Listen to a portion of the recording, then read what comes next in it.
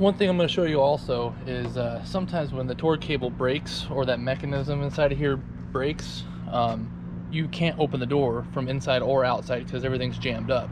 I didn't know how I was going to replace the cable, so I messed around with the door panel, and I was able to actually fish something down inside of here to release that cable. So what you're going to have to do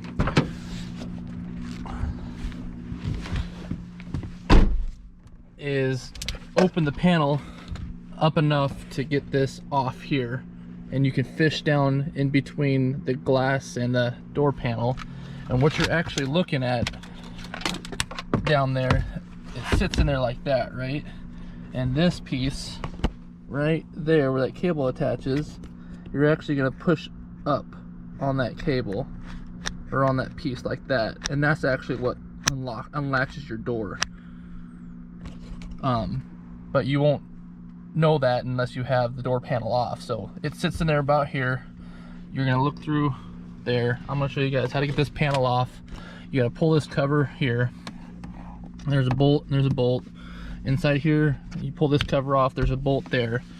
And then this gives you enough play that you can actually, well, I can actually show you now because I've had it off a couple times. You pull that back, and you look down in there, and you can fish something down in there and lift that piece up, and that'll open the door for you. So just a little tip in case the door won't open, because you can't replace that mechanism without that door open, obviously. So